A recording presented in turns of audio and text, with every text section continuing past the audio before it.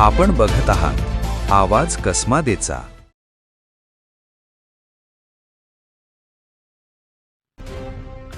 बागलाण तालुक्यातील नामपूर बस स्थानक परिसरात गर्दीचा फायदा घेत अज्ञात चोरट्यानं महिलेच्या गळ्यातील सुमारे 2 लाख रुपयांचे सोन्याचे मिनी गंठण चोरून नेल्याची धक्कादायक घटना घडली आहे। या प्रकारामुळे परिसरात खळबळ उडाली असून महिलांमध्ये भीतीचं वातावरण निर्माण झालंय।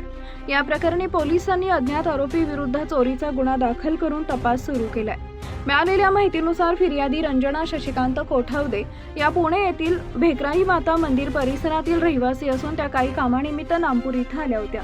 दरम्यान नामपूर बस स्थानक परिसरात मोठी गर्दी असताना अज्ञात चोरट्यानं संधी साधत त्यांच्या गळ्यातील सोन्याचे मिनी गंठण हातचलाकीनं लंपास केले। काही वेळाने हा प्रकार लक्षात आल्यानंतर महिलेनं एकच आक्रोश केला। चोरीस गेलेल्या सोन्याच्या दागिन्याची किंमत तब्बल 2,04,799 रुपये इतकी असल्याचं सांगण्यात आलंय। घटनेनंतर महिलेनं तत्काळ पोलिसात धाव घेत तक्रार दाखल केली। त्यानुसार अज्ञात चोरट्याविरोधात चोरीचा गुन्हा नोंद करण्यात आलाय। या घटनेमुळे नामपूर बस स्थानक परिसरात महिलांमध्ये भीतीचं वातावरण निर्माण झाले असून गर्दीच्या ठिकाणी दागिने व मौल्यवान वस्तूंची विशेष काळजी घेण्याचं आवाहन पोलिसांकडून करण्यात आलंय।